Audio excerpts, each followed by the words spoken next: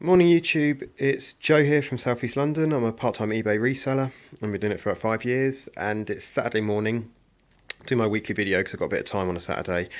Just show you what I picked up this morning from the car boot sale. And then some of the things that I've sold yesterday, and then some of the things I've been getting on with during the week. Car boot sale was strange today. It was quite small. There wasn't very many people there, but there just seemed to be on most stalls. There was something I was picking up off each one, so it was really cool. So I will show you what I've picked up, what I hope to get for it, and then yeah, just give you some ideas of things to keep your eyes out for in the future.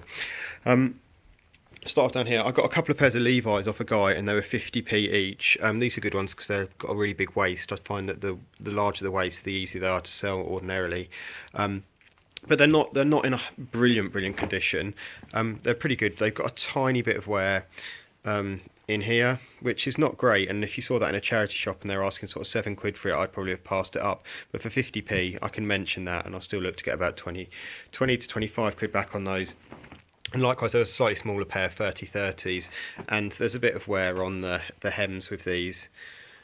Again, I mean, I'll snip all that off and tidy that up, but for 50p you're not going to turn that down. And so again, if it's like £8 or £7 in a charity shop, you'd think a bit more carefully about it, but that was fine. Couple of bits of media, £1 for Street Fighter 2, and then GTA 5. I paid £1 for this because it only got, sorry, I paid £2 on this, but it's only the one disc. It's only the install disc. It's not the both discs. So not, I mean, there's still money in that. You still sell this for about 8 to 10 quid, so that'd be alright. And then paid 50p for Metal Gear Solid 3. Walkthrough guide. Some of these walkthrough guides, especially old PlayStation 2 ones, there's not a great amount of money in them, but some of the more sort of interesting popular games you can do alright with. So yeah, that should go for about 10 quid. Picked this up off a guy, £3. I've done well with this stuff in the past, like Sony data cartridges and HP data cartridges. Guys selling these on eBay, the set of 10 for 65 quid, or sort of £7 a cartridge, all sort of thing. I might just come in and just do £40 for the 10 and just get a shot of them, but yeah, £3 paid on that. This I wouldn't ordinarily have picked up, but it was £1, and it's a 93 Bandai Power Ranger. But the guy sort of called me over, and he's a nice guy, and I do quite a bit of stuff for him. He's like, "Oh, I've got some figures for you to look at. I've got some toys and stuff like that," and it was all rubbish. But I thought, you know, for £1, I'd just pick that up just to keep him happy. Paid £5 for an Xbox Connect. I've got no way of testing it, but I'll just sell it as it's working. If it's not working, I'll have to refund someone. Panasonic CD Player, £2 I paid for that. Only the unit, but yeah, I got 15. They go for about 15 quid. And I've just listed 5 or 6 CD players this week and sold one already, and got quite a few watches, so I should do alright with that. CDs, normal story, all the 10p ones off my guy there, so I'll scan those in, see if there's anything worth selling by itself, but if not, that'll go to Magpie. Windows Home Premium 7, paid £2 for this, good pickup. It's one of those, it's the family pack as well, so it can be used on 3 computers. So I'll just get onto Microsoft in a minute and see how many uses the keys got left in that. But yeah, it's the 64 and 32-bit double disc one, so yeah, should do well with that. I've done really well with software recently, actually. It's always a winner. A couple of Disney's, Robin Hood and GeForce. The GeForce one's got the code in it, so I'll use that. And a couple of audiobooks, well, no, not audiobooks, a couple of 50p each for the audiobook of the BFG, and then the Buddha Bar X. I picked up a bundle of these Buddha Bar ones in the week. I paid a bit more. I paid like £2 a CD, and I need to list all those, and I didn't have number 10 actually, so I might add that to it. But it's hard. I think these are faked quite a lot, so I need to just double check and make sure that's the genuine thing there. Trainers were pretty good, as always. These are a bit scruffy, but again, this is a guy who I buy a load of stuff off, and he always looks after me, so I know I had to buy something from him. These were £2, no laces and nothing. I'll see, I might just give them back to a charity shop, or I'll do something with them. I might be able to get some money out of those. Okay, so pair of Adidas ZX 500s. These were £5, should get about 20 to 25 back on those. These Converse and these Air Force Ones, I paid up again on these a little bit, but again off a guy who I do buy quite a bit of stuff off. These are a little bit worn on the heels, but white Air Force Ones, white Converse, they're going to sell all day, 20 quid, 22 quid. These were in really good condition for them. These sort of 25 quid, so I paid £5 for each of those. And then these, I paid again a bit more than I normally would for these. I paid £4 on these, but the lady who was doing it was doing the London Marathon, and she needed to raise £1,500, and you know, I got chatting to her about the marathon and stuff like that, and I can sell these for 18 quid, so there's still money in them. There's still going to be about a tenner in them almost. But yeah, so I wanted to help her out in that sense. Something I've never bought before. A couple of batteries. These are £1 and £2. They're Firestorm Black and Decker ones. 18 volt and 12 volt. So I thought I'd take a chance on those. I don't think you're allowed to post those with Hermes or with Royal Mail, but I'll just post them anyway with Hermes and see how I get on with those. Coming around here. Never seen this before. Super Mario Clock by Xeon. It's the same guys who did the not the Game and Watch. Well, it's like the Game and Watch, the actual wristwatch version of this, like a Mario game. So I've got to test that. That was £2, and that goes for about £15.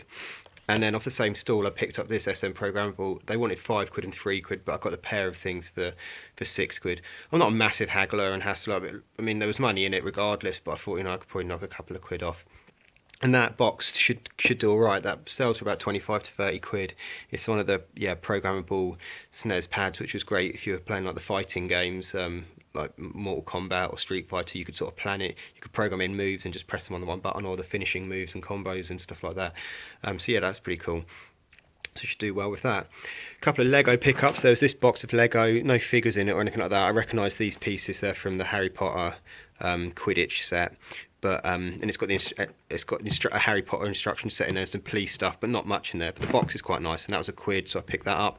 And then this one was one of the last things I saw as I was walking out the boot sale. I saw this tin. And normally when you see tins like this or Lego boxes, you open it up and it's got, I don't know, a couple of spanners and a few batteries or something like that in it. But it was full with Lego. And it it had a few figures in it, nothing particularly exciting. I mean, it's got this ninja figure. He's got the wrong face though. And a few firemen and a few bits like that, and that was £2. But yeah, plenty of money in that. I'll show you some of my figures in a minute, some of the Lego that I've been working with, but I use a website called Bricklink to try and help identify and work out what I've got. You can look at themes, and you can look at every single figure in a particular theme, or you can search by a body part. So you could type in, and look at all the heads. Let me put the light off. Sorry about that. Yeah, so you could look at all the heads. And then for this guy, for instance, you could type moustache, you could type beard and stuff like that into that, and it will round it down. And you see all the heads who have got a beard and a moustache, and it might take you a little bit of time just to scan through them. But you scroll down, you click on it, and then it will show you that this one was just in one minifigure. Clicked on the minifigure, and it was part of one called the captain of the Red Admiral ship. And so I don't have the rest of those parts for it, but it's really good. It's a good way of being able to identify things. Now obviously you're not going to sort of just type in, I don't know, like black trousers or something like that, because there's going to be hundreds of minifigures who have got black trousers. And likewise with some of these faces, a lot of these are just really generic faces. But if you've got stuff that you're looking at, and so you can identify that it's part of the Chima series or it's part of Lord of the Rings. You can just look at all the Lord of the Rings figures, because there's not a huge number of them. Or if it's something, if the minifigures are all mixed up and you don't really know what you've got, start off by trying to find out some of the faces that don't look quite so generic, that look a bit different. Go onto Bricklink, search in the heads or search in the torsos or the legs, and then just start adding 1 or 2 words just to try and round it down. So for instance, if I was trying to ID this torso, you might put the word red in, and you might put the word lion in, and it will sort of round it down to all the ones which have got a red lion torso, and it's not going to be a huge number, and then it will show you them from there.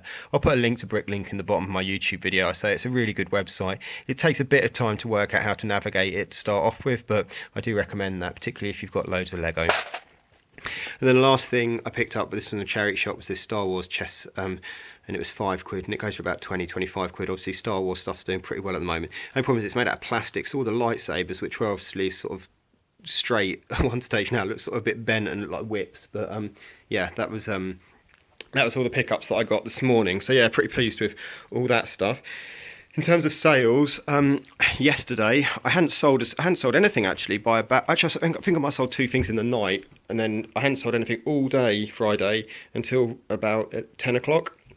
And then just a few things started to sell, so I'll go through what I sold. I won't do them in order, but so these were all yesterday. I got £27.50 for these nice pair of size 6 Air Force with free shipping. I got 25 quid on this pair. They're not quite as good condition, and the laces are ripped, but still good money in those. This Ledbetter interactive sort of teach yourself golf DVD, so I got 12 quid on that. This set of little guys, these Star Wars R2 figures, I got 15 quid for the set of 3 of them, and to be honest with you, they're not really, put the light back on, oh, that didn't help. Yeah, to be honest with you, they're not really, well, they obviously are worth 15 quid to someone, but you can buy them almost cheaper individually, but if you, it's working out how best to sell things. In a little bundle, I've got £5 each effectively for those figures, which is probably about top end of what you can get on them, so that was cool. Neurosis Silver and Blood, Free Silver and Blood CD, got 4 quid for that. That was one which I bought a long time ago and scanned, and sort of it comes up on Magpie 70-80p, and you think, oh, you can do a bit better by selling it yourself, so that's what I did. John Grish in the Chamber, got 7 quid for that. Unfortunately, because the size of it has to go Hermes 280 rather than a large letter, but you know, I paid sort of 20p or something like that for that, 10p for that.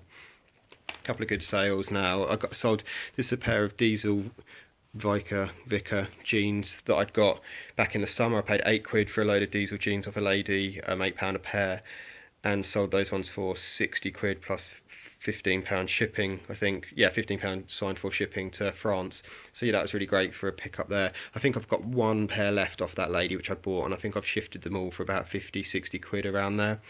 And I say I've had them for a few months, but just gradually knocking the price down. And then here, I sold another 2 pairs of these green Dr. Martens boots. Yeah, so from not really selling anything until about 10-11 o'clock, managed to like smash out, what, 120, almost 300 quid turnover. So that was great. In terms of what I've been doing this week, I've been trying to list bits and pieces, but then it's been a funny week, it's been a busy week, but I've been trying to crack on with some of the Lego and some of the... Sorry about that, as everybody else seems to be using up all my battery. So, yeah, just saying what I've been doing this week. I bought a suit from M&S the other week, and, you know, I hate paying full price for anything, so that was irritating to start off with. But, you know, it's weird when you get excited about, like, the box as much as you do actually the suit or the thing that you've bought in, because I thought, oh, this box is going to be perfect for sorting out my Lego. It's going to be able to slide under the sofa when I've done it, and when I've got a few minutes I can sort of do it, bits and pieces. So, you know, this is stuff that I've collected up or bought over the last sort of year or so at the boot sales, or a couple of years, I'd say, I don't know, on and off, and just having to work my way through all these figures and stuff like that. And it is hard. It's not a sort of quick thing. You sort of start getting better at it the more you do, but people are so, you know, when you sell things, you can't sell it with the wrong face or the wrong body parts and try and say it is who it is. I've got loads of Star Wars stuff I need to get listed. These are all complete and as they should be and stuff like that. Yeah, because the Star Wars stuff's doing really well, obviously, at the moment with the film and so on. But yeah, just loads and loads of bits to sort of carry on making up and trying to work out who's who and what's what. And yeah, there's no... I say, unless you're like a real aficionado and you've sort of been collecting Lego and you know all about it and you can just sort of recognise who's who and what goes into what set, it can be quite a time sink. And it's just a question of knowing how far do you sort of keep going. Do you try and make every last little minifigure correct, or do you just sort of make the main ones, like the collectible minifigure series, the Star Wars ones, Harry Potter ones that you can recognise? I think I've got a few Harry Potters in here. Yeah, like a few Harry Potter ones and stuff like that.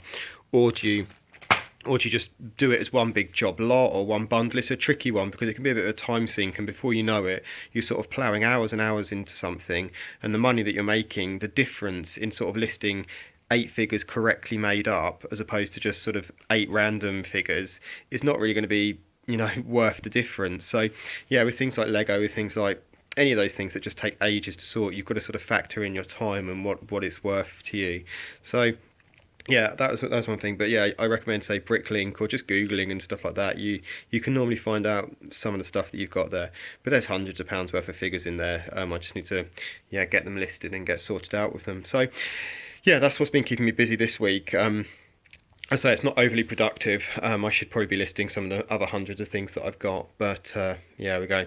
I saw there was a couple of questions or sort of a couple of comments which were getting a bit of traction on the Facebook group this week. One was about selling on behalf of other people, and in my experience, I found that quite difficult. I think it's just hard. I mean, I've got loads of stuff of my own which should probably be selling and listing, which I get 100% of the profit for. I think someone has said something similar to that. So there's no point sort of, for me, selling on behalf of other people, small items, little items, especially when, you know, by the time you break it all down, again, factoring in your time, it's not much money in it. If they're really expensive items, yeah, that might make sense to do it, but I found it quite difficult, and just expectations of what people think things are worth, or, you know, how long it's going to take to sell something, or all those sorts of things, it can be a bit of a tricky one. So Yeah, that's one thing. And then in response, I watched the Here's video just saying how difficult it can be sometimes when you're selling or and things aren't selling.